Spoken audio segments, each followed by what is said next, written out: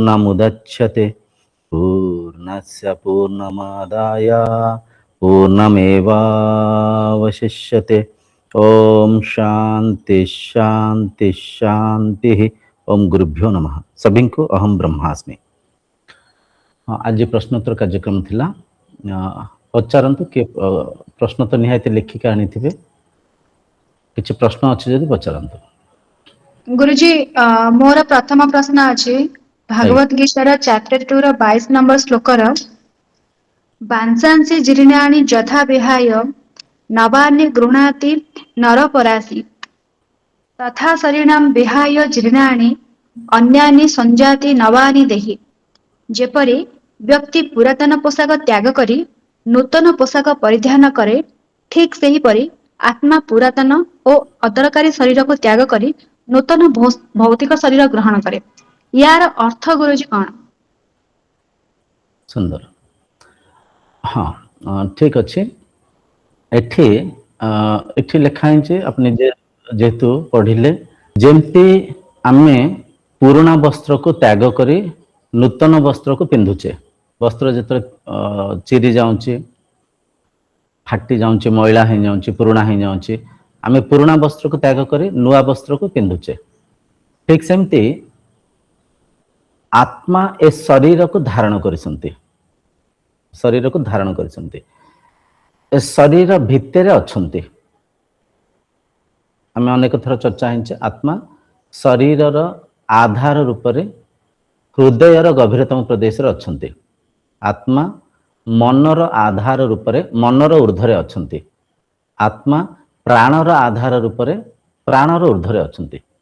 ए संसारर ए शरीरर आधार हेउसंती आत्मा। तेणुकर आत्मा ए शरीर को एक वस्त्र रूप रे धारणा करसंती। जेमति आमे सार्ट पिंदिचे, गोटे वस्त्र मु पिंदिचे, वस्त्र वस्त्र मु धारणा करिछि, किंतु मु वस्त्र ठारू भिन्न अछि, मु वस्त्र ठारू अलगा अछि, मु ए वस्त्र नुहे। वस्त्र पिंधिबा सत्य सत्य एक कथा को भी मु जानिछि, वस्त्र दिन आसीबो चिरी जीवो, वस्त्र दिन आसीबो पुराना हबो फाटी जीवो, किंतु वस्त्र चिरिले मु चिरिबिनी, वस्त्र फाटिले मु फाटिबिनी, वस्त्रर अंत हेले मोर अंत हबनी। बुझिपारछंती? तो जेमती एठी वस्त्रर व्याख्या देंकरी आमे बुझी पारुचे वस्त्र मो ठारू भिन्न अलगा, वस्त्र को मु धारणा करिछि। बुझिपारछंती? वस्त्र को मु पिंधिछि। ठीक सेमती ए शरीर हेउछि आत्मार वस्त्र, शरीर हेउछि आत्मार वस्त्र। द्वितीय हला जेमती शरीर पुराना हो जाउछ, फाटी जाउछ, ठीक सेही परिका वस्त्र रूपक ए शरीर दिन आसीबो शरीर को रोगग्रस्त हो पारे, शरीर वृद्ध हबो, शरीरर अंत हबो। शरीरर अंत हेले मध्य मोर अंत नाही। बुझिपारछन? मोर अंत नाही। मु अजन्मा, अविनाशी, नित्य, चैतन्य, निर्गुण आ मु अविनाशी आत्मा। आत्मार जन्म हुएनी, आत्मा वृद्धि हुएनी, आत्मार मृत्यु मध्य नाही। तो आत्मा जेहेतु अविनाशी, आत्मा रूपक मु ए शरीर को वस्त्र रूप रे धारण करछि। शरीरर अंत हेले मध्य मोर अंत हबनी। इठी मु भाबुछि आपनको प्रश्न कोन थिला? पुनर्जन्म ऊपर थिला कि? मुनि भौणी। आज्ञा गुरुजी, पुनर्जन्म ऊपर थिला। जेमिति कि हाँ, जेमिति कि शरीर जदि बारंबार मरुछि ताहाले मु तो मो आत्मा जेहेतु से सदा सर्वदा रहिले, जदि आत्मा सदा सर्वदा रहिले ताहाले मु आउथरे कोन वस्त्र धरिके जेमिति आउ गोटे शरीर धरिके मु आउथरे जन्म हेबि कि?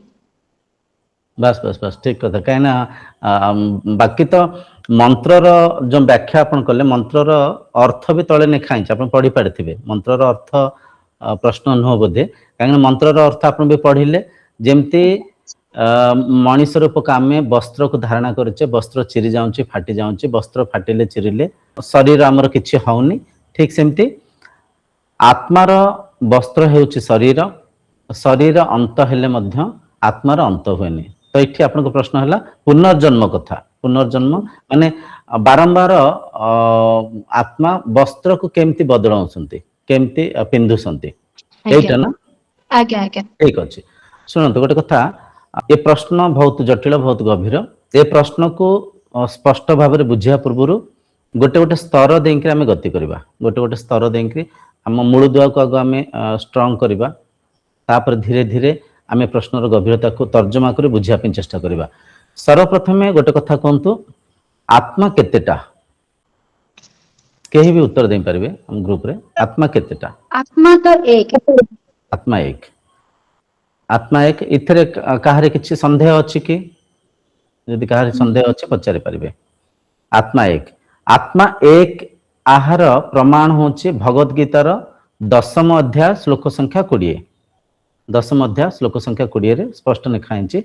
अहमात्मा गुडाकेशा सर्वभूताशय स्थितः अहम आदिश्च मध्यम च भूतानामंत एव च हे निद्रा जय अर्जुन मु आत्मा गुरु रूपक कृष्ण शिष्य रूपक अर्जुन के माध्यम आम समस्त बुझाऊँ मु शरीर नुहे आत्मा मु आदि माने मु मूल मु मध्य माने प्रत्येक शरीर मो माध्यम परिचालन होती मो भितर ही ये पंचभूत निर्माण होता प्रपंच परिवर्तन माने मु एक थिली मु एक अच्छी मु एक ही बुझिपारछन्ते तो एठी आमे बुझिपारछे आत्मा एक से एक आत्मारू पंचभूत जन्म नहीं से एक आत्मारे पंचभूत परिवर्तन मध्य होसंती द्वितीय मांडुक्य उपनिषद सप्तम मंत्र भी प्रमाण मांडुक्य उपनिषद सप्तम मंत्र प्रमाण आत्मा एक बोली मंत्र कौन ना अंतः प्रज्ञा ना बहिष्प्रज्ञा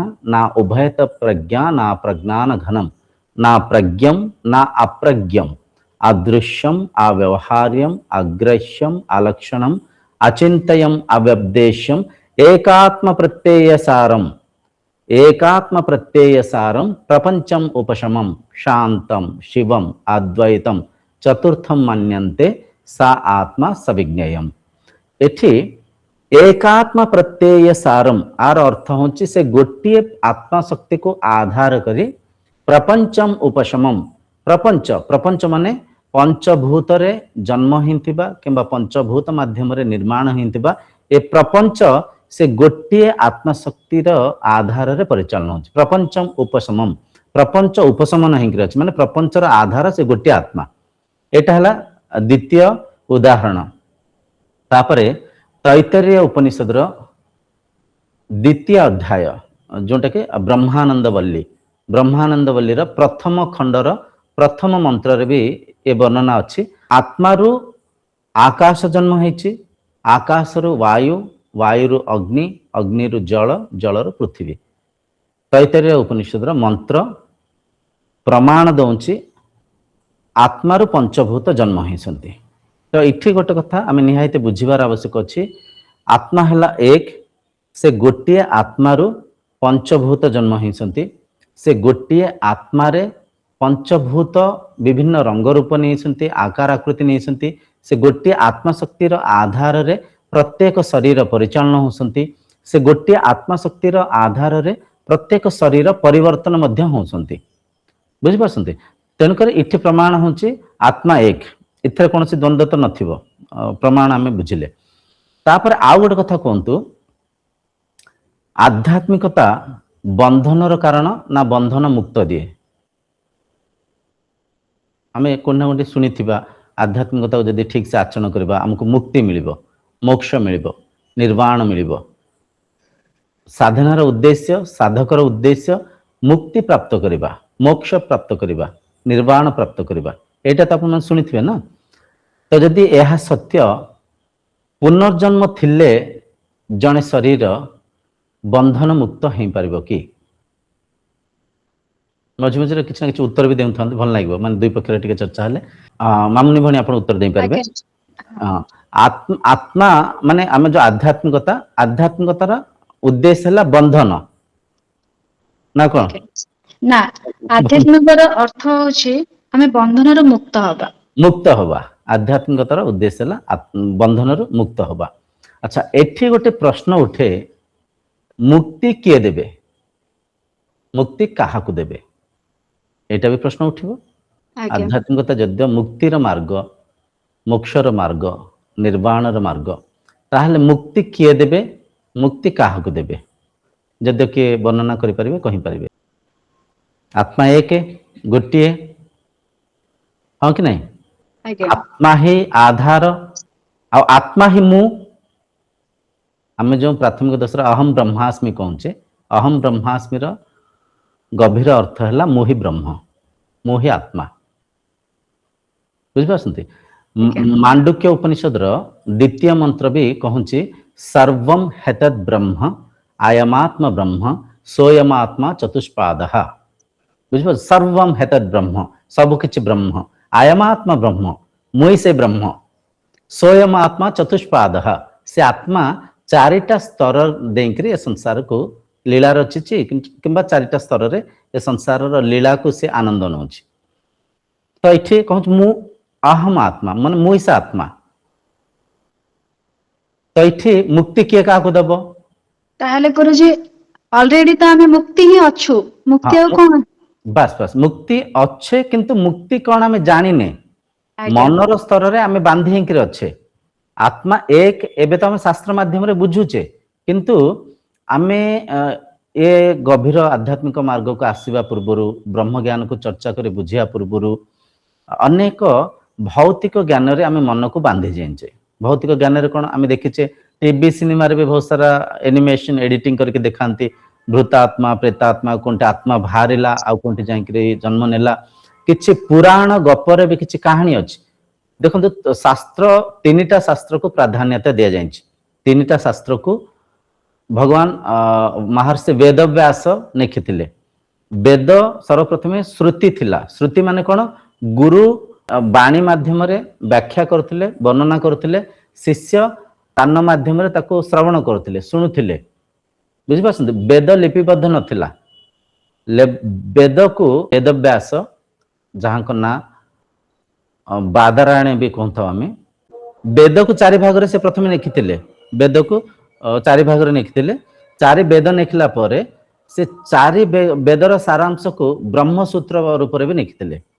ବ୍ରହ୍ମସୂତ୍ର, ବ୍ରହ୍ମସୂତ୍ର ପରେ ଭଗବାନ ବେଦବ୍ୟାସ ସେ ସମୟରେ ଯେଉଁ ମହାଭାରତ ଯୁଦ୍ଧ ହେଇଥିଲା, ଭଗବାନ କୃଷ୍ଣ ଯେଉଁ ଭଗବାନ ଅର୍ଜୁନଙ୍କ ମାଧ୍ୟମରେ ଯେଉଁ ଗୀତାକୁ ଉପଦେଶ ଦେଇଥିଲେ, ବେଦବ୍ୟାସ ସେ ଭଗବତ ଗୀତାକୁ ମଧ୍ୟ ଲେଖିଥିଲେ। ତ ଏ ତିନିଟା ଶାସ୍ତ୍ର ହେଲା ତତ୍ଵଶାସ୍ତ୍ର। ସନାତନ ଧର୍ମର ତିନିଟା ଶାସ୍ତ୍ର ହେଲା ତତ୍ଵଶାସ୍ତ୍ର, ତିନିଟା ଶାସ୍ତ୍ର ହେଲା ମୂଳ। ଏଇଟାକୁ ଆମେ ଜାଣିବା ଦରକାର। ପ୍ରଥମ ହେଲା ଉପନିଷଦ। ଉପନିଷଦ କଣ? ଉପନିଷଦ ବେଦର ସାରାଂଶ। ବେଦ କହିପାରିବା, ବେଦର ସାରାଂଶ କହିପାରିବା। ପ୍ରଥମ ହେଲା ବେଦ, ଦ୍ୱିତୀୟ ହେଲା ବ୍ରହ୍ମସୂତ୍ର, ତୃତୀୟ ହେଲା ଭଗବତ ଗୀତା। ଏ ତିନିଟା ଶାସ୍ତ୍ରରେ ତତ୍ଵ ଜ୍ଞାନ ସ୍ପଷ୍ଟ ଭାବରେ ଲେଖା ହେଇଛି। ଏ ଶାସ୍ତ୍ରକୁ କାଳେ କିଏ ବୁଝିପାରିବେ ନ ବୁଝିପାରିବେ, ମଣିଷ ମନର ସ୍ତରକୁ ନେଇକିରି ଏ ଶାସ୍ତ୍ରକୁ ଟିକେ ଆଉ ଟିକେ ସହଜ ଭାବରେ ବୁଝିବା ପାଇଁ କିଛି ପୁରାଣ ଲେଖା ହେଇଛି। ବହୁତ ସାରା ପୁରାଣ ଲେଖା ହେଇଛି। ତ ପୁରାଣରେ ଜଣେ ସାଧକର ଜିଜ୍ଞାସାକୁ ଜାଗୃତ କରିବା ପାଇଁ, ଜଣେ ସାଧକ ମନରେ ଉତ୍ସାହକୁ ଜାଗୃତ କରିବା ପାଇଁ କିଛି ଗପ କାହାଣୀ ବି ଲେଖା ହେଇଛି। ଗପ କାହାଣୀ ଯେଉଁଠିକି ପୁନର୍ଜନ୍ମ କଥା ଲେଖା ହେଇଛି। ଆମେ ଜନ୍ମ ମୃତ୍ୟୁ ବନ୍ଧନରୁ ଯଦି ମୁକ୍ତ ହବା ପାଇଁ ଚାହୁଁଛେ, ତାହେଲେ ଆମକୁ ସାଧନା ମାର୍ଗକୁ ଆଚରଣ କରିବାକୁ ପଡିବ, ଶାସ୍ତ୍ରକୁ ପଢିବାକୁ ପଡିବ, ଗୁରୁ କରି ଆମକୁ ବିଭିନ୍ନ ସାଧନାକୁ ଆଚରଣ କରିବାକୁ ପଡିବ, ଧ୍ୟାନ କରିବାକୁ ପଡିବ, ସମାଧିସ୍ଥ ହବାକୁ ପଡିବ। ନିଜର ଆତ୍ମ ସାକ୍ଷାତକାର କଲେ ଆମକୁ ମୁକ୍ତି ମିଳିବ। ତ ଏହିପରିକା କିଛି ପୁରାଣରେ ପୁନର୍ଜନ୍ମ କଥା ଲେଖା ହେଇଛି। ଏଇଥିପାଇଁ ମଣିଷକୁ ଟିକେ ଏ ସାଧନା ମାର୍ଗକୁ ଆଣିବା ପାଇଁ, ପୁନର୍ଜନ୍ମର ଯେଉଁ ପରଜନ୍ମ ଅଛି, ଏ ବ୍ୟାଖ୍ୟା ଦେଲେ ମଣିଷ ଭିତରେ ଏକ ଜିଜ୍ଞାସା ଜାଗୃତ ହେବ। ନାହିଁ, ମୁଁ ଆର ଜନ୍ମରେ କିଛି ଭଲ ଯୋନିରେ ଜନ୍ମ ନେବି, ଗୋଟେ ଧନୀଙ୍କ ଘରେ ଜନ୍ମ ନେବି, ମୁଁ ଯଦି ଏ ଜନ୍ମରେ କିଛି ପୁଣ୍ୟ କରିବି, ଏ ଜନ୍ମରେ କିଛି ଭଲ କର୍ମ କରିବି, ତାହେଲେ ମୁଁ ଆର ଜନ୍ମରେ ଭଲ ଘରେ, ଧନୀ ଘରେ, ଜ୍ଞାନୀ ଘରେ ଭଲ ଜୀବନଯାପନ, ମାନେ ଶ୍ରେଷ୍ଠ ଜୀବନଯାପନ କରିବି, ଆନନ୍ଦରେ ସ୍ୱର୍ଗ ସୁଖକୁ ଅନୁଭବ କରିବି। ବୁଝିପାରୁଛନ୍ତି? ପୁରାଣରେ ଏହିପରିକା ଲେଖା ହେଇଛି।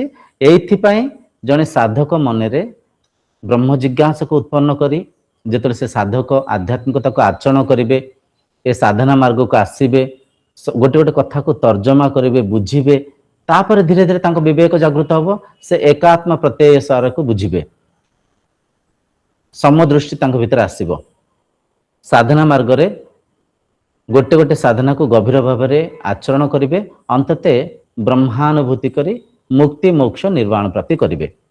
तो जेहेतु किछि पुराण रे हम जो पुनर्जन्म कथा लिखा है शुणीचे से सब कथा को शुणिक भी मन भितर आमर किछि प्रश्न जागृत होता है पुनर्जन्म अच्छी कि ना सत्य कि मिथ्या। अच्छा किछिटा टीवी रे भी आजकल आप जानते टीवी रे बहुत सारा मिछ कथा भी प्रचार होची टीआरपी पई केते कोन प्रचार होची केतले आप सुनिथिबे गोटे मझिरे आस्तिला 2016 रे बध्य पृथ्वी विनाश हो जिवो तापर किछि हेलानी तापर कहले आ गोटे डेट देले। तो एमते ही टीवी रे कोन कोनटी कहार गोटे पुनर्जन्म हिंतला से गत जन्मर कथा को से व्याख्या करी कहउसंती सब कथा मन्ने अछि एमता भी न्यूज रे कोन ना कोटी किछ लोक देखिथिबे। तो से न्यूज देखिबा माध्यम रे भी आम मन रे एक वृत्ति जागृत होची गोटे माने गोटे चिंता जागृत होची पुनर्जन्म अछि। इथे आसन हम गोटे कथा बुझीबा आमे तर्जमा करछे आध्यात्मिकता हैला एक अनुसंधान सत्य को चिन्हिया पे करथिबा प्रयास। तो ये मार्ग रे विभिन्न स्तर देकर आम गति करवा विभिन्न शास्त्र को माध्यम कर बुझा चेष्टा करवा आम अनुभव को माध्यम कर परीक्षा चेष्टा करवा।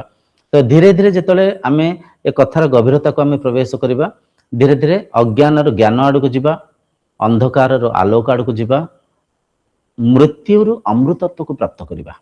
मृत्युर अमृतत्व बुझिपारछन्ते मृत्युर अमृतत्व प्राप्त करवा जद्य संभव ताहले एठी भी गोटे प्रश्न उठुची पुनर्जन्म केमते अछि।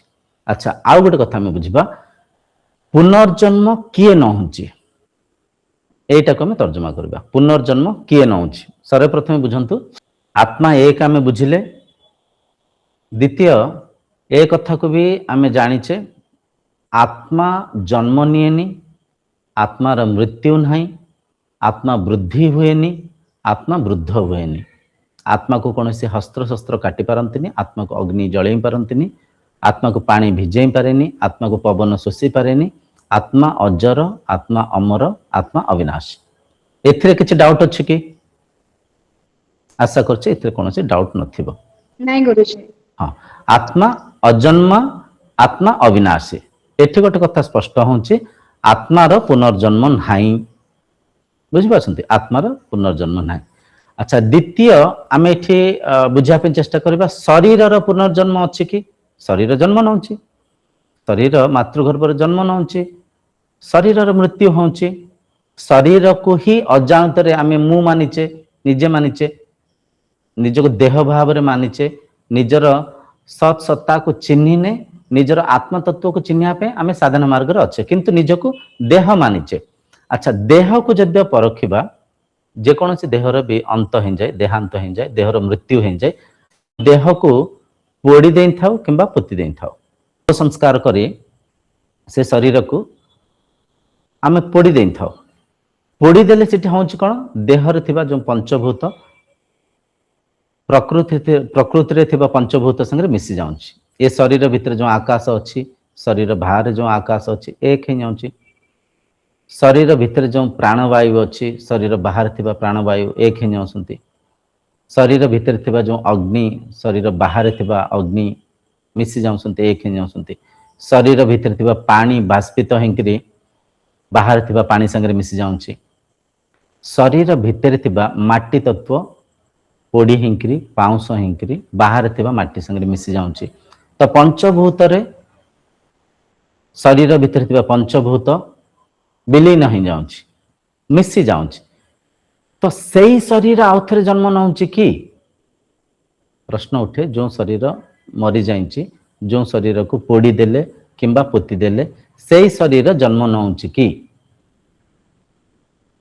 नौनी बुझीपार ना नहीं मामनी भणी बुझीपार तो से शरीर जन्म नौनी। द्वितीय इठी प्रश्न उठे सूक्ष्म शरीर जन्म नौची एटा भी मन रे प्रश्न उठे कहीं शरीर तीन स्तर रे अच्छी स्थूल शरीर सूक्ष्म शरीर कारण शरीर ଏଠି ମନରେ ପ୍ରଶ୍ନ ଉଠେ, ସ୍ଥୂଳ ଶରୀର ଆଜ୍ଞା ଜନ୍ମ ନେଉନି, ସ୍ଥୂଳ ଶରୀରକୁ ଆମେ ପୋଡ଼ି ଦେଉଛେ, ପୋତି ଦେଉଛେ, କିନ୍ତୁ ସୂକ୍ଷ୍ମ ଶରୀର ଜନ୍ମ ନେଉଥାଏ। ସୂକ୍ଷ୍ମ ଶରୀର ଜନ୍ମ ନେଇପାରେ, ନଉଥାଏ ବୋଲିକି ଆମେ କନଫର୍ମ କରି କହିପାରିବାନି। ମନରେ ଯେହେତୁ ଡାଉଟ୍ ବି ଅଛି, ମନରେ ଏକ ଏକ ବୁଝିବାର ଜିଜ୍ଞାସା ବି ଅଛି, ଭୌତିକ ଜ୍ଞାନର ସ୍ତରରେ ଆମେ ଟିକେ ଦ୍ୱନ୍ଦ୍ୱରେ ବି ହଜିମଜି ଯାଇଛେ। ତ ସୂକ୍ଷ୍ମ ଶରୀରକୁ ଯଦି ଆମେ ପରଖିବା, ସୂକ୍ଷ୍ମ ଶରୀର କ'ଣ? ସର୍ବପ୍ରଥମେ ଆମେ ଜାଣିବା ଦରକାର ସୂକ୍ଷ୍ମ ଶରୀର କ'ଣ। ସୂକ୍ଷ୍ମ ଶରୀର ହେଲା ମନ, ବୁଦ୍ଧି, ପ୍ରାଣ। ବୁଝିପାରୁଛନ୍ତି? ସୂକ୍ଷ୍ମ ଶରୀର ହେଲା ମନ, ବୁଦ୍ଧି, ପ୍ରାଣ ଶକ୍ତି। ଏ ତିନିଟା ହେଲା ସୂକ୍ଷ୍ମ ଶରୀର। ଏ ତିନିଟା ସୂକ୍ଷ୍ମ ଶରୀର। ଆଚ୍ଛା, ବୁଦ୍ଧି କ'ଣ? ବୁଦ୍ଧି ହେଲା ଜ୍ଞାନ। ଯାହା ବି ଭୌତିକ ସଂସାରରେ ଆମେ ଜ୍ଞାନ ଅର୍ଜନ କରୁଛେ, ଆମେ ମୁଁ ଆଗରେ ଗୋଟେ କ୍ୟାମେରା ଥୁଆ ହେଇଛି, ଏଟା ଗୋଟେ କ୍ୟାମେରା, ଏଟା ଗୋଟେ ଜ୍ଞାନ। କିଏ ନା କିଏ ମୋତେ ପରିଚୟ ଦେଇଛନ୍ତି, ଏଟା କ୍ୟାମେରା, ଏଟା କମ୍ପ୍ୟୁଟର, ଏଠି ମୋବାଇଲ ଥୁଆ ହେଇଛି, ଆପଣ ସ୍କ୍ରିନରେ ମୋତେ ଦେଖୁଛନ୍ତି। ଆମେ ଭାଷା ମାଧ୍ୟମରେ ଭାବକୁ ବ୍ୟକ୍ତ କରୁଛେ, ବିଚାରଧାରାକୁ ଆଦାନ ପ୍ରଦାନ କରୁଛେ। ଏସବୁ କ'ଣ ଜ୍ଞାନ? ଭାଷା ବି ଜ୍ଞାନ, ଓଡ଼ିଆ ଭାଷା, ଇଂଲିଶ ଭାଷା, ତାମିଲ ତେଲୁଗୁ ଭାଷା, ଏ ବି ଜ୍ଞାନ। ସଂସାର, ଆତ୍ମା, ଶାସ୍ତ୍ର, ଏସବୁ ଜ୍ଞାନ। ଜ୍ଞାନ ମାନେ କ'ଣ? ବୁଦ୍ଧି। ବୁଦ୍ଧି ବୁଦ୍ଧି ମନର ଆଧାର।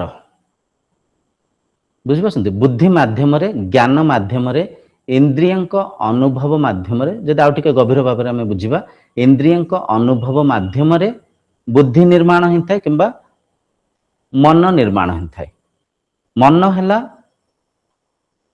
ମନ, ସିଏ ଯେ ମନନ କରୁଛି, ଯିଏ ଚିନ୍ତନ କରୁଛି। ମସ୍ତିଷ୍କ ଭିତରେ ଯେଉଁ ଶକ୍ତି, ଯେଉଁ ଆଧାର, ଯେଉଁ ସଫ୍ଟୱେयर କହିପାରିବା, ମସ୍ତିଷ୍କ ଭିତରେ ଯେଉଁ ନ୍ୟୁରୋ ଆକ୍ଟିଭିଟିସ୍ ହେଉଛି, ନ୍ୟୁରୋନ୍ସ ତା ସିଗ୍ନାଲ୍ସ ପଠାଉଛନ୍ତି ମସ୍ତିଷ୍କକୁ। ଗୋଟେ ମେମୋରି କାର୍ଡ ଭାବନ୍ତୁ, ମେମୋରି କାର୍ଡ। ମେମୋରି କାର୍ଡ ରୂପକ ଏ ମସ୍ତିଷ୍କ ଯେତେବେଳେ ଜନ୍ମ ହେଇଥିଲା ବ୍ଲାଙ୍କ ଥିଲା, କୌଣସି ମେମୋରି ନଥିଲା, କୌଣସି ବିଚାର ନଥିଲା, କୌଣସି ବୃତ୍ତି ନଥିଲା। ଧୀରେ ଧୀରେ ସେ ନବଜାତ ଶିଶୁ ଯେମିତି ସଂସାରକୁ ଦେଖିଲା, କିଛି ଦୃଶ୍ୟକୁ ଦେଖିଲା, କିଛି ଶବ୍ଦକୁ ଶୁଣିଲା, କିଛି ରୁଚିକୁ ଚାଖିଲା, କିଛି ସ୍ପର୍ଶକୁ ଅନୁଭବ କଲା, ମା ବାପାଙ୍କ ଠାରୁ କିଛି ଭାଷା ରୂପକ ଜ୍ଞାନକୁ ଗ୍ରହଣ କଲା। ମା ସର୍ବପ୍ରଥମେ ଚିହ୍ନି ନିଅନ୍ତି, ନିଜକୁ ଦେଖି କହନ୍ତି ମା କୁହ ମା, ମା। ବାପାଙ୍କୁ ଦେଖି କହନ୍ତି ବାବା କୁହ ବାବା। ଗଛ, କାଉ, ଆମ୍ବ ଗଛ, ଭାଇ ଭଉଣୀ, ଯାହା ବି ମା ଭାଷାକୁ ପରିଚୟ କରାଉଛନ୍ତି। ପରିଚୟ କରାଉଛନ୍ତି ମାନେ କ'ଣ? ସେ ଇନ୍ଦ୍ରିୟ ମାଧ୍ୟମରେ ଗ୍ରହଣ କରୁଛି। ମା ରୂପକ ଶବ୍ଦକୁ କର୍ଣ୍ଣେନ୍ଦ୍ରିୟ ମାଧ୍ୟମରେ ଶୁଣିଲା। ଯେତେବେଳେ ମା ନିଜକୁ ଦେଖାଉଛନ୍ତି, ସେ ଶରୀରକୁ ଦୃଶ୍ୟ ରୂପରେ ଚକ୍ଷେନ୍ଦ୍ରିୟ ମାଧ୍ୟମରେ ଦେଖିଲା। ଇଏ ରୂପକୁ ସେ ଶବ୍ଦ ସାଙ୍ଗରେ ଯୋଡ଼ିକିରି ଭାଷାର ନିର୍ମାଣ କଲା। ମନରେ ଜ୍ଞାନର ନିର୍ମାଣ ହେଲା, ମନରେ ମନର ନିର୍ମାଣ ହେଲା। ବୁଝିପାରୁଛନ୍ତି? ମନର ନିର୍ମାଣ ହେଲା ମାନେ କ'ଣ? ଏଇ ଭାଷା ମାଧ୍ୟମରେ, ଏ ଜ୍ଞାନ ମାଧ୍ୟମରେ ମନ ନିର୍ମାଣ ହେଲା, ସଂସ୍କାର ନିର୍ମାଣ ହେଲା, ବିଚାରଧାରା ନିର୍ମାଣ ହେଲା, ବିଚାର ବୃତ୍ତି କରିବା ଆରମ୍ଭ କଲା। ବୁଝିପାରୁଛନ୍ତି? ତ ଏଠି ଯୋଉ ଆମେ ମନ କହୁଛେ, ମନ ବି ଜନ୍ମ ନେଉଛି। ମନ କ'ଣ? ଅନୁଭବର, ସ୍ମୃତିର ସଂଗ୍ରହ। ଆମେ ଯୋଉ ଓଡ଼ିଆ ଭାଷା କହୁଛେ, ଓଡ଼ିଆ ଭାଷାକୁ ଛୋଟବେଳଠୁ ଆମେ ବାରମ୍ବାର ଶୁଣିଛେ, ତାକୁ ମନନ କରିଛେ, ତାକୁ ମନରେ ସାଇତିକିରି ସଂଗ୍ରହ କରିକି ରଖିଛେ। ବୁଝିପାରୁଛନ୍ତି? ସର୍ବପ୍ରଥମେ ଗୋଟେ ପକ୍ଷୀକୁ ଦେଖିଲେ, ଶବ୍ଦ କାଉ, କାଉ ଶୁଣିଲେ, କାଉ ଗୋଟେ ଭାଷା, ଏକ ଶବ୍ଦ, ଓଠ ଜୀବ ବାଡ଼େଇ ହେଇକିରି କଣ୍ଠରୁ ଯେଉଁ ପବନ ବାହାରୁଛି, ସେ ପବନ ଓଠ ଜୀବ ବାଡ଼େଇ ହେଇକିରି ଗୋଟେ ଶବ୍ଦ ଉତ୍ପନ୍ନ ହେଲା କାଉ। କାନ ମାଧ୍ୟମରେ ଆମେ ଶୁଣିଲେ କାଉ। ସେ ପକ୍ଷୀକୁ ଦୃଶ୍ୟ ମାଧ୍ୟମରେ ଦେଖିଲେ, ଏ ପକ୍ଷୀକୁ କାଉ କୁହାଯାଏ। ତ ଏକ ଜ୍ଞାନ ସଂଗ୍ରହ ହେଲା। ମସ୍ତିଷ୍କ ରୂପକ ସେ ମେମୋରି କାର୍ଡ ଭିତରେ ଏ ଜ୍ଞାନକୁ ସଂଗ୍ରହ କରିକି ରଖିଲେ। ବୁଝିପାରୁଛନ୍ତି? ତ ମନ ହେଲା ମସ୍ତିଷ୍କର ଏକ ଶକ୍ତି, ଯିଏ ବୁଦ୍ଧିକୁ ପରିଚାଳନା କରେ, ଯିଏ ଜ୍ଞାନକୁ ମନନ କରେ, ଯିଏ ଅନୁଭବର ସ୍ମୃତିକୁ ମନରେ ମନନ କରେ, ବିଚାର କରେ, ବୃତ୍ତି କରେ, ଚିନ୍ତନ କରେ। ବୁଝିପାରୁଛନ୍ତି? ତ ଏଠି ଗୋଟେ କଥା ଆମେ ପରଖିବା ଦରକାର, सूक्ष्म शरीर रूपक मन जन्म है केमती जन्म है अनुभवर स्मृति माध्यम ज्ञान माध्यम बुद्धि माध्यम आउ टिके गभीर भाव में परीक्षा आसतु कहीं बहुत गभीर कथा यू कथा को बुझिले मन में गोटे स्पष्टता आसब भाविनियंतु जड़े व्यक्ति मुंडे माड़ बाजिला बुझिपारे मुंडे माड़ बाजिला मेमोरी लॉस होगला मेमोरी लॉस होगला से व्यक्ति तांको निज लोक चिन्ह पार ना हॉस्पिटल शोई से अनई देखुंट किंतु कहार को चिन्ह पार ना माने हैला कौन मस्तिष्क जो मेमोरी कार्ड आम कहते मेमोरी कार्ड करप्ट होगला मस्तिष्क आघात हबारु मस्तिष्क जो ज्ञान जो बुद्धि से बुद्धि अदृश्य होगला बुझिपारते बुद्धि आई मन ना कि मन अच्छी मन अच्छी किंतु मन भितर स्मृति अदृश्य होगला जो मन भितर स्मृति क्षय होगला बुझिपारते मन भितर से जो स्मृति जागृत हो पारनी मेमोरी रिकॉल करि पारनी जने शरीर से सब किछि देखुसंती किंतु सब भूली जाइसंती सब भूली जाइसंती ताठो आउ टिके गभीर स्टेट माने मस्तिष्क रे माड़ बाजिले तो लोक देखंते आप देखथिबे पागल पर कहीं जानती पागल पर कहीं जानती माने कोन से कथावार्ता बेले बेले किछि लोक कथावार्ता करथांते किंतु काहा को चिन्ह पार नथांती सेटा शॉर्ट टाइम मेमोरी लॉस कहि परिबा किंतु आउ गोटे स्थिति अछि आमे कहिबा कोमा को पळेले कोमा माने सोईसंती मझे मझे आखि खोली देखुसंती फिर आखि बंद कर दउसंती तांको नोजल फीड दियांची नाक माध्यम रे तांको खाद्य पठिया जाउची ऑक्सीजन पाइप माध्यम रे तांको ऑक्सीजन भी दिया जाउची शरीर बंचीची आमे कहि परिबानी शरीर मृत्यु होई जाइची शरीर बंचीची हृदय स्पंदन होउची श्वास क्रिया चालीची किंतु तांको मस्तिष्क रे थिबा से स्मृति नाही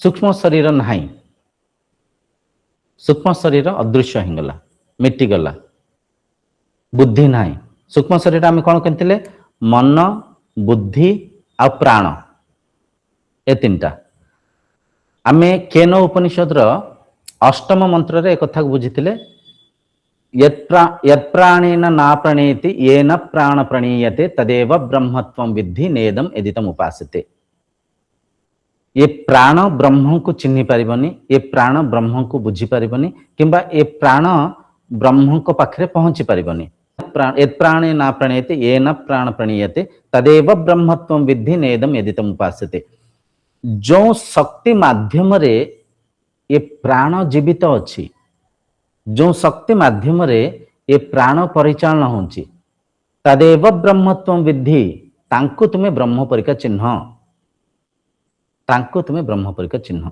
नेदम एदितम उपास्यते तुम्हें जो ए भौतिक उपासना करछ मूर्ति पूजा फोटो पूजा भौतिक उपासना ये उपासना नो उपासना कौन प्राणर आधार रूपक से ब्रह्म को चिन्हवा अंतर यात्रा करिकरी कहीं आम सत्यर अनुसंधान करछे आध्यात्मिकता हूँ एक मार्ग एक पद्धति एक साधनार एक आचरण जहाँ माध्यम आम तर्जमा करी सत्य को चिन्हवाई करुवा प्रयास तेणुक इठी प्राणर आधार जेहेतु ब्रह्म प्राण शक्ति भी अनित्य अटे अनात्मा अटे प्राण शक्ति भी सुप्त हो जाऊँच जहाँ को आम कहचे शरीर मृत्यु होगला तो प्राण शक्ति पुनर्जन्म नौच कि जदि आम परखा कहे प्राण शक्ति पुनर्जन्म नौच कि कहीं सूक्ष्म शरीर आम बुझुले प्राण मन बुद्धि आम जीवित अवस्था ही देखुचे शरीर मस्तिष्क माड़ बाजिले बुद्धि भी अदृश्य ही जाऊँच मन भी मनन करुनी बुझिपारते प्राण शक्ति भी जो मृत्यु हो जाऊँच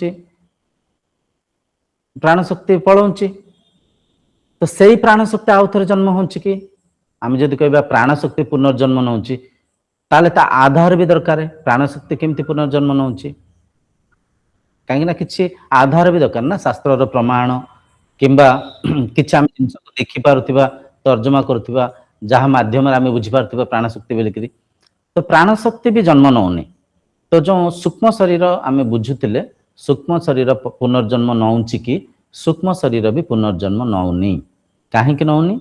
ସୂକ୍ଷ୍ମ ଶରୀର ବି ଅନିତ୍ୟ ପଦାର୍ଥ, ସୂକ୍ଷ୍ମ ଶରୀର ବି ପୁନର୍ଜନ୍ମ ନଉନି। ପୁନଃ ଜନ୍ମ ହବା, ପୁନଃ ଜନ୍ମ ହବା। ଆମେ କଥା ହବା ଟିକେ ପରେ, ଆମେ ଯିବା ସେ କଥାକୁ, ସେ ଆଉ ଟିକେ ଗଭୀରତାକୁ ଯିବା। ଏବେ ଏତିକି ବୁଝନ୍ତୁ, ସ୍ଥୂଳ ଶରୀର ମୃତ୍ୟୁ ହଉଛି। ସ୍ଥୂଳ ଶରୀର ହେଉଛି ପଞ୍ଚଭୂତରେ ନିର୍ମାଣ ହେଇଥିବା ଏକ ଢାଞ୍ଚା, ଏକ ଆକୃତି।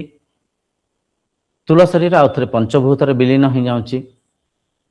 ସୂକ୍ଷ୍ମ ଶରୀର ରୂପକ ମନ, ବୁଦ୍ଧି, ପ୍ରାଣ ସିଏ ମଧ୍ୟ ଜନ୍ମ ହେଉଛନ୍ତି, ମୃତ୍ୟୁ ହେଉଛି।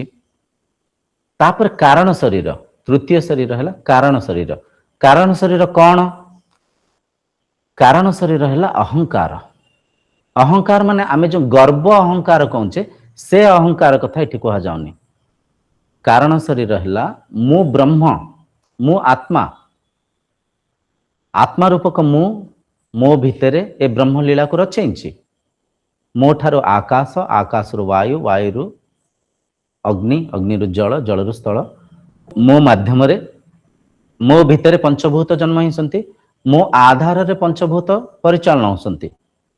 କିନ୍ତୁ ଅଜ୍ଞାନ ଅସ୍ମିତାରେ ମୁଁ ନିଜକୁ ଦେହ ମାନି ନେଇଛି, ମୁଁ ନିଜକୁ ଶରୀର ମାନି ନେଇଛି।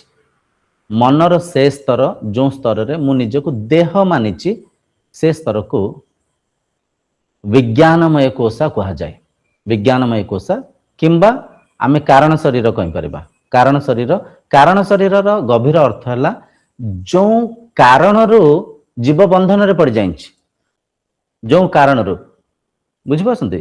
ତା କାରଣ ଦେଖନ୍ତୁ, କାରଣ ଶରୀର କେମିତି ନିର୍ମାଣ ହେଲା ତାକୁ ଯଦି ଆମେ ପରଖିବା, ଯେତେବେଳେ ଜଣେ ଶିଶୁ ଜନ୍ମ ନିଅନ୍ତି, ସେ ଶିଶୁର ଗୋଟେ ଆମେ ନାମକରଣ କରୁ। ନାମକରଣର ଉଦ୍ଦେଶ୍ୟ କ'ଣ ଥିଲା? ନାମକରଣର ଉଦ୍ଦେଶ୍ୟ ଥିଲା ସେ ଶରୀରକୁ ଚିହ୍ନିବା ପାଇଁ।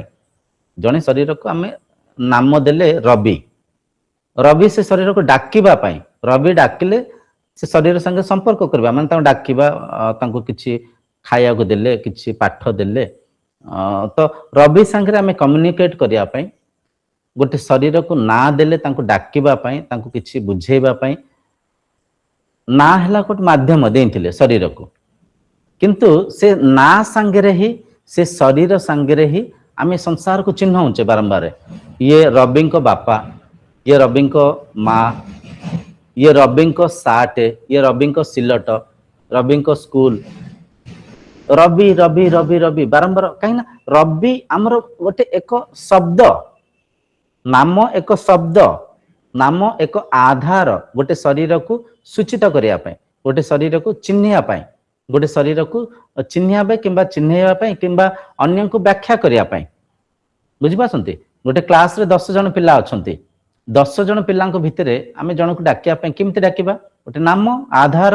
ରବି, ରାମ, କୃଷ୍ଣ, ହରି, ଶଙ୍କର, ଯାହା ବି ନାଁ ଦେଇଛେ, ନାମ ମାଧ୍ୟମ ଥିଲା। କିନ୍ତୁ ସେ ନାମ ସାଙ୍ଗରେ, ଯେହେତୁ ମାଧ୍ୟମ ନାମ, ସେ ନାମ ସାଙ୍ଗରେ ହିଁ ସେ ଶରୀରକୁ ପ୍ରତ୍ୟେକ ଭୌତିକ ବସ୍ତୁ ପଦାର୍ଥ କଥା ଆମେ ଚିହ୍ନେଇଛେ। ରବି ଭାବି ନିଅନ୍ତୁ ଜଣେ ପୁଲିସ ଅଫିସର ହେଇଗଲେ। ଆମେ ଯେତେବେଳେ ରବିକୁ ପଚାରୁଥାଉ ଆପଣ କ'ଣ, ସେ ହଠାତ୍ କୁହନ୍ତୁ ମୁଁ ଜଣେ ପୁଲିସ ଅଫିସର। ଆଚ୍ଛା ଆଚ୍ଛା, ଆପଣଙ୍କ ନାଁ? ସେ ସବୁ ସେ ଦେହ କଥା କହୁଛନ୍ତି। ପୁଲିସ ଅଫିସର କିଏ? ସେ ଦେହ। ସେ ଦେହ ଗୋଟେ ପଦକୁ ପ୍ରାପ୍ତ କରିଛନ୍ତି, ସେ ପଦକୁ ବ୍ୟାଖ୍ୟା କରି କହୁଛନ୍ତି। ଦେହର ଗୋଟେ ନାଁ ଦିଆଯାଇଛି, ସେ ଦେହର ନାଁକୁ ହିଁ ସେ କହୁଛନ୍ତି ରବି। ତ ଏଠି ଦେହକୁ ବାରମ୍ବାର ସମାଜ ଆମକୁ ଚିହ୍ନେଇବାରୁ, ଦେହକୁ ଆମେ ନିଜେ ନିଜର ସ୍ୱରୂପ ମାନିଥିବାରୁ, ମନରେ ଆମେ ନିଜକୁ ଦେହ ମାନି ନେଇଛେ, ମନରେ ଆମେ ନିଜକୁ ଶରୀର ମାନି ନେଇଛେ। ତ ମନର ସେ ସ୍ତର, ଯେଉଁ ସ୍ତରରେ ଆମେ ନିଜକୁ ନାମ, ମନର ସେ ସ୍ତର ଯେଉଁ ସ୍ତରରେ ନିଜକୁ ଆମେ ରାମ, ଶ୍ୟାମ, ଦାମ, ରବି, କୃଷ୍ଣ, ଶଙ୍କର ନାମ ମାନିଛେ। ନାମ ମାନେ କାହାର? ଦେହ, ଦେହର ନାମ। ତ ମନର ସେ ସ୍ତର ଯେଉଁ ସ୍ତରରେ ନିଜକୁ ଆମେ ଦେହ ମାନିଛେ, ସେ ସ୍ତରକୁ ବିଜ୍ଞାନମୟ କୋଷ କୁହାଯାଏ, ସେ ସ୍ତରକୁ କାରଣ ଶରୀର କୁହାଯାଏ। ବୁଝିପାରୁଛନ୍ତି? ଆଚ୍ଛା, ଯେତେବେଳେ ଦେହ ଅନ୍ତ ହେଇଯାଉଛି, ଦେହର ମୃତ୍ୟୁ ହେଇଯାଉଛି, ଦେହର ମୃତ୍ୟୁ ହେଲା ପରେ କ'ଣ ହେଉଛି? ସେ ଅବସ୍ଥାକୁ ଯଦି ଆମେ ପରଖିବା, ଦେହକୁ ପୋଡ଼ି ଦଉଛେ, ପୋତି ଦଉଛେ। ଦେହକୁ ପୋଡ଼ିବା ସଙ୍ଗେ ସଙ୍ଗେ, ଦେହକୁ ପୋତିବା ସଙ୍ଗେ ସଙ୍ଗେ ସେ ଦେହ ଭିତରେ ଯେଉଁ ମସ୍ତିଷ୍କ ଥିଲା, ମସ୍ତିଷ୍କ ବି ପୋଡ଼ି ଯାଉଛି। अच्छा मस्तिष्क सांगे जो स्मृति थिला जहाँ को आम सूक्ष्म शरीर कहचे जहाँ को मन कहचे बुद्धि कहचे प्राण कहचे सी भी पड़ी हिंगला तार भी अंत हिंगला मस्तिष्क संगे संगे कारण शरीर भी अंत हिंगला एमती भी जड़े साधक जिते निजर तत्व को चिन्ह दियंती निजर आत्मसत्ता को चिन्ह दियंती सेठी भी सी जी थाऊ थाऊ शरीर स्तर रे मन स्तर रे बुद्धि अहंकार स्तर रे अविद्या स्तर रे माने जो विज्ञानमय कोश स्तर रे से मृत्यु होकर ऊर्ध्व को पड़ाती आम ए जो चर्चा रे प्रथम दिन बुझीते जब हारी था तब मैं नहीं अब हारी है मैं नाही जो संत तुलसीदास गोटे कविता माध्यम बुझे जिते हरि थिले मु नथिली एबे हरि अछंती मु नाही प्रेम के गली बड़ा साकिरी जामे दोना समाए माने प्रेमर ए जो मार्ग ए जो बाट एते पतला जहाँ भितर दुई जन चली पारंतनी दुई जन रही पारंतनी माने एठी संत तुलसीदास आमको बुझापी चेष्टा करते जेतले मु निजको अलगा आ हरि को अलगा मानी किंबा जेतले मनर स्तर रे मु निजको देह मानी ए संसार को मोठार अलगा भिन्न मानी सेतले मु थेली किंतु हरि नथिले बुझिपास माने देखो मु अविद्यार अच्छी जेत अविद्यार थी मु निजको अलगा मानी संसार को अलगा मानी किंतु साधना मार्ग को आसी शास्त्र ज्ञान को अध्ययन करी साधना माध्यम रे जितले धारणा करी ध्यानस्थ हैं समाधिस्थ हैं मनर जो चतुर्थ अवस्था को तुरीय अवस्था को जाकर जितले साधक ए कथा को देखती सर्वम खाली ब्रह्म माने सबकिछि ब्रह्म ही माने सबकिछि मु ही ब्रह्म जेहेतु एक से साधक से स्तर रे बुझी पारंती सबकिछि मु ही मो बिना किंचित भी किछि भी नाही कहीं तुरीय अवस्था को जिते आपण भी जीवे एक कथा को अनुभव करेंगे से अवस्था रे ए संसार एकता को ए संसार अखंडता को ए संसार अद्वैतता को जने साधक अनुभव करिथांती से स्तर को गला परे अब मैं हूँ हारी नाही माने सेठी मु ही मु अच्छी हरि को जो अलगा मु भाभी हरि माने ईश्वर ब्रह्म आत्मा जहाँ को मु अलगा भाभी मो ठार भिन्न मानी ए स्तर रे मु बुझी पारुछि एबे मु ही मु अच्छी मो छड़ा किंचित भी किछि भी अलगा नाही सेटा साधना रे जितले उच्च स्थिति को जिबे जितले आपन मन तुरीय स्थिति को पळेबो सारे समाधि अवस्था को आपण अनुभव करेंगे समाधि ऊर्ध्व को जाए तुरीय स्थिति को जिबे ए सत्य को आपण से स्तर को जाकर अनुभव करेंगे तो एक कथा साधक शरीर जीवित थाइक जदि तुरीय स्थिति को अनुभव करदेले सेठी भी ये शरीर इंद्रिय सूक्ष्म शरीर कारण शरीर अंत होगला थाइक भी नथिला परिका कहीं से सत्य को देखीदेले तत्व को चिन्हीदेले तो एठी भी ये स्थिति रे तांको मुक्त कुहाजिबो तांको मुक्ति कुहाजिबो तृप्त कुहाजिबो तो एठी होउची कोन जो पुनर्जन्म आमे मानिचे किंबा शास्त्र रे जो व्याख्या दिया जायछि पुनर्जन्म कोन टिके गभीर भाव रे आसंत बुझिया पे चेष्टा करबा मृत्यु माने आमे मानिचे जेतरे शरीर केवल अंत ही जीव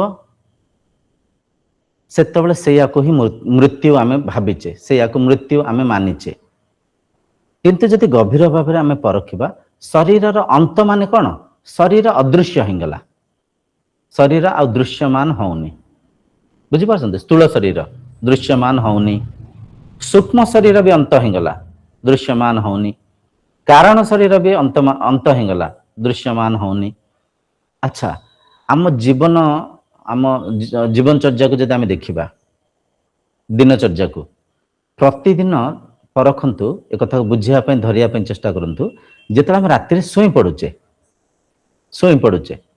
सोई पड़िबा समय रे इंद्रिय अंतर्मुखी हेले जागृत अवस्था आम स्वप्न अवस्था को गले स्वप्न अवस्था आम सुसुप्ति अवस्था को गले सुसुप्ति अवस्था माने गाढ़ निद्रा अवस्था स्टेट ऑफ डीप स्लीप से जो गाढ़ निद्रा अवस्था को आम पळौचे से अवस्था को परखंतु से अवस्था स्थूल शरीर भी नहीं, सूक्ष्म शरीर रूपक मन बुद्धि भी नहीं, प्राण अच्छे किंतु दृश्यमान होनी,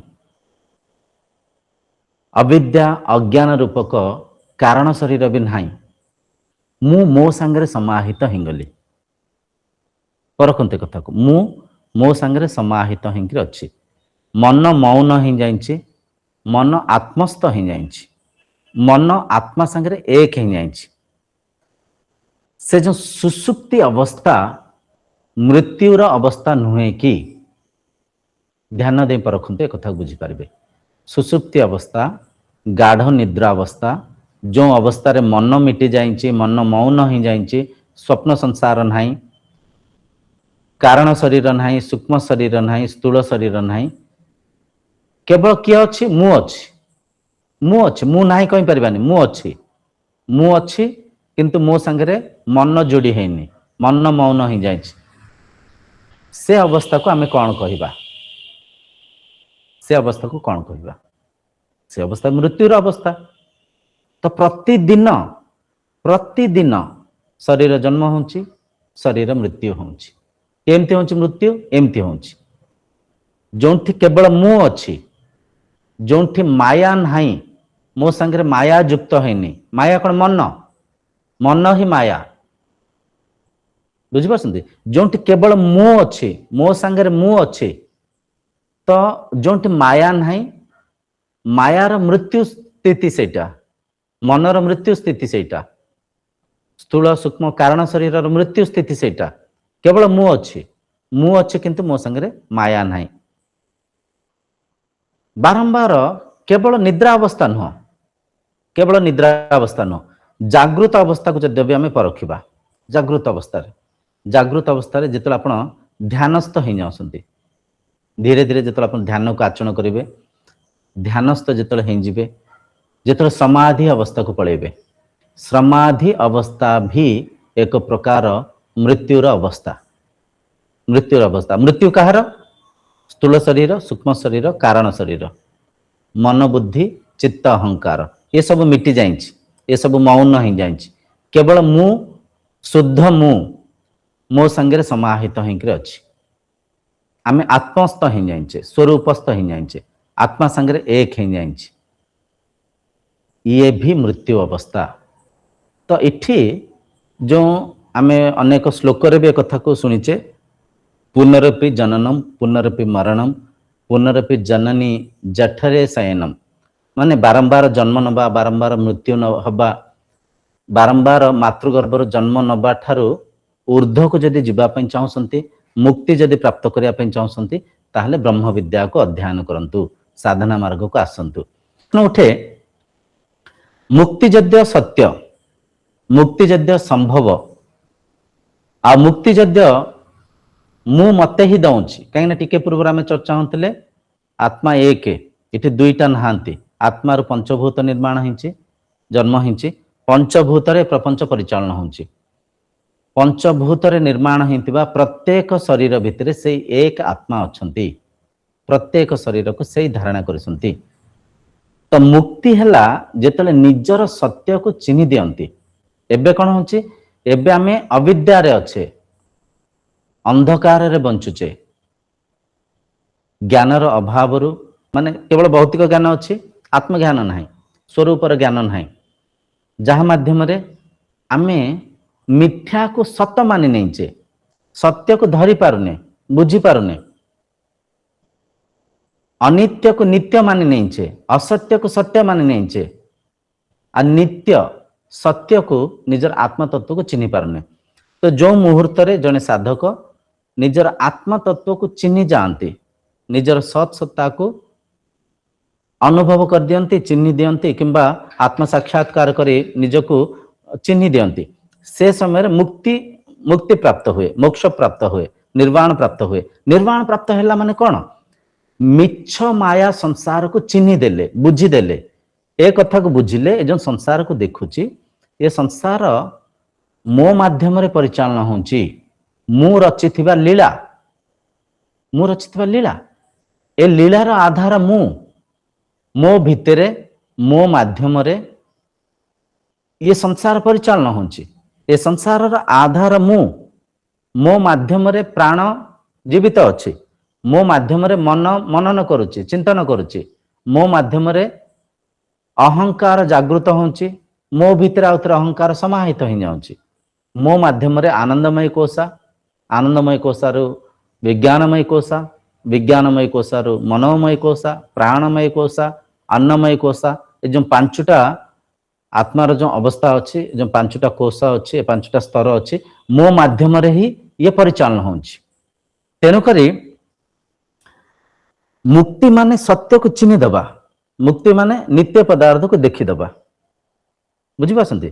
अच्छा एठी बारंबार जन्म किए नौची मन जन्म नौची पुनर्जन्म कार होची मनर होची पुनर्जन्म कार होची सूक्ष्म शरीर होची सूक्ष्म शरीर केमती होची एमती होची जेतो हम देह मानि नैचे जे पर्यंत आम सत्य को चिन्हिने पर्यंत नित्य पदार्थ को आम बुझिने जे पर्यंत निज को देह भाव रे चिन्हिचे देह भाव रे मानिचे जे पर्यंत निज को स्थूल शरीर मानिचे तो शरीर संगे आम मोह रखीचे मोह बांधीचे ए शरीर मोर ए शरीर शरीर जदि टिके किछि रोग हैला मोर रोग हैला भावी नौचे किंतु आत्मार रोग हुए नहीं आत्मा सदा सर्वदा एक परिका ही थांती आत्मारे कौन से रोग हुए नहीं आत्मा को हस्त्र शस्त्र भी काटी पारंती रोग तो बहुत छोट जिनस बुझिपारछन्ती। तो अविद्या रे मु जेहेतु निजको शरीर मानिची से ज्ञान मते पीड़ा दउची मन मते बांधिची मनर स्तर रे मु बंधन रे अच्छी निजको देह मानिची निजर देहर पीड़ा को निजर पीड़ा मानि नउची आम गोटे सार्ट पिंधिचे सार्ट चिरी गला आम जदि एक कथा को मानि नहीं सार्ट मु निजे तो सीटा हमको कष्ट दब आम भाव मु चिरी गली मु फाटी गली मु मैला हेगली मु असना हेगली जदि आम जानी मु सार्ट नुह ताले सार्ट तो चिर गोटे वस्त्र पिंधिचे आज ना काली चिर आज ना काली फाटिब।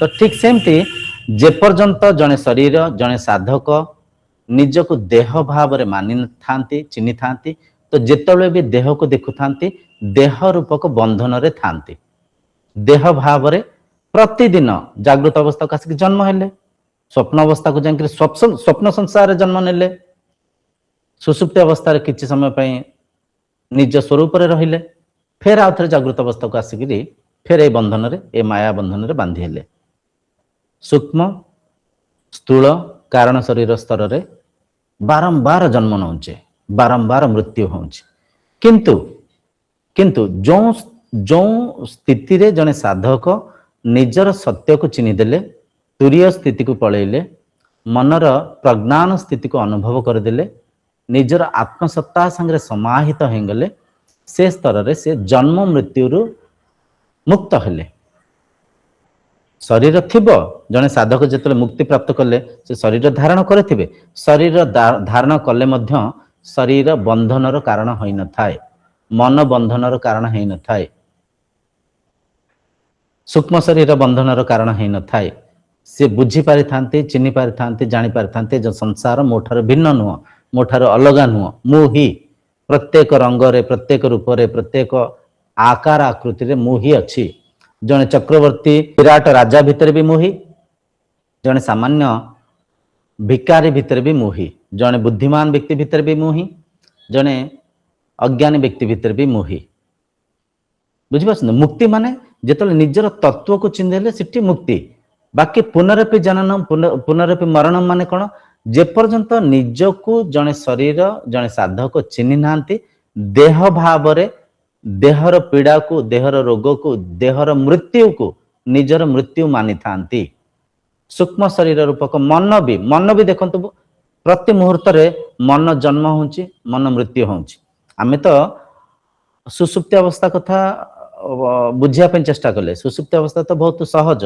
आमे परखि पाइले कथा को जेतले आमे गाढ़ निद्रा अवस्था को जाउचे शरीर दृश्यमान होनी सूक्ष्म शरीर भी अदृश्य ही जाउची कारण शरीर भी अदृश्य ही जाउची सेठी सब किछि मरि जाउसंती सब किछि मिटि जाउसंती सब किछि अदृश्य ही जाउसंती किंतु एमिति भी प्रतिदिन मनर स्तर रे किछि समय थाई आमे तो बुझिथिले साधक जेतले साधना करथांती ଧ୍ୟାନସ୍ଥ ହେଇଯାଆନ୍ତି। ଧ୍ୟାନସ୍ଥ ସ୍ଥିତିରେ ବି ଶରୀର ଅନ୍ତ ହେଇଯାଇଥାଏ, ଶରୀର ନଥାଏ, ସ୍ଥୂଳ ସୂକ୍ଷ୍ମ କାରଣ ଶରୀର ନଥାଏ, ତା ଉର୍ଦ୍ଧ୍ୱକୁ ଯାଇକରି ଆତ୍ମା ସାଙ୍ଗରେ ଏକାକାର ହେଇଥାନ୍ତି, ଏକାତ୍ମ ଭାବରେ ସେଠି ଥାନ୍ତି। କିନ୍ତୁ ଏ ଜାଗୃତ ଅବସ୍ଥାରେ ବି ଆପଣ ଦେଖିବେ କିଛି କିଛି ସମୟ ଏମିତି ଆସେ, ମନ ଶାନ୍ତ ହେଇଯାଇଥାଏ, ମନ ସ୍ଥିର ହେଇଯାଇଥାଏ। ଭାବି ନିଅନ୍ତୁ ଆପଣ କୋଉଠି ଗୋଟେ ଏକାନ୍ତ ପ୍ରଦେଶରେ ବଇଛନ୍ତି, ଗୋଟେ ବଢିଆ ସୁନ୍ଦର ବଗିଚାରେ ବଇଛନ୍ତି, ଏକାନ୍ତ ପ୍ରଦେଶରେ ସେଠି ବସିଛନ୍ତି, କୌଣସି ଚିନ୍ତା ନାହିଁ, ମନରେ କୌଣସି ବିଚାର ନାହିଁ, ଅନ୍ତର୍ଧ୍ୟାନ ହେଇଯାଇଛନ୍ତି, ଅନ୍ତର୍ମୁଖୀ ହେଇଯାଇଛନ୍ତି, ଆଖି ଖୋଲା ଅଛି, କିନ୍ତୁ ଆଖି ମାଧ୍ୟମରେ କ'ଣ ଦୃଶ୍ୟ ଦେଖୁଛନ୍ତି, ମନରେ ମନନ ନାହିଁ, ମନରେ ଚିନ୍ତନ ନାହିଁ, ମନରେ ବୃତ୍ତି ନାହିଁ, ମନ ବି ସ୍ଥିର ହେଇଯାଇଛି, ମନ ବି ସ୍ଥିର ହେଇଯାଇଛି। ଅନୁଭବ କରିଥିବେ ଆପଣ ଏସବୁ କଥାକୁ ଅନୁଭବ କରିଥିବେ, କିନ୍ତୁ ହେଇପାରେ ଏ ସ୍ଥିତିକୁ ପରଖି ନ ପାରିଥିବେ, କିନ୍ତୁ ଅନୁଭବ କରିଥିବେ ନିଶ୍ଚୟ। କୋଉଠି ନା କୋଉଠି କେବେ ନା କେବେ କଥା ହେଇଥିବ, ଆପଣ ଅଛନ୍ତି ଦେଖୁଛନ୍ତି, କିନ୍ତୁ ହଜି ମଜିକିରି ଅଛନ୍ତି, ନିଜ ସାଙ୍ଗରେ ନିଜେ ସମାହିତ ହେଇକି ଅଛନ୍ତି। ତ ସେଠି ବି ସେଟା ମୁକ୍ତ ସ୍ଥିତି, ସେଟା ମୁଖ୍ୟ ସ୍ଥିତି, କିନ୍ତୁ ବୁଝିପାରିନାହାନ୍ତି। ଠିକ ଅଛି, କିନ୍ତୁ ଏ କଥାକୁ ତ ମାନେ ଏବେ ଦେଖନ୍ତୁ ସୁସୁପ୍ତି ଅବସ୍ଥାକୁ ଆପଣ ବୁଝିପାରୁଥିବେ, ସମାଧି ଅବସ୍ଥାକୁ ଆପଣ ପରଖି ପାରୁଥିବେ, ବୁଝିପାରୁଛନ୍ତି। ସାଧନାରେ ଆମେ ବହୁତ କଥା ହେଇଛେ, ଏ ଚ୍ୟାନେଲ ମାଧ୍ୟମରେ, ଏ ସତ୍ସଙ୍ଗ ମାଧ୍ୟମରେ ଅନେକ କଥାକୁ ଆମେ ବୁଝିବା ପାଇଁ ଚେଷ୍ଟା କରୁଛେ।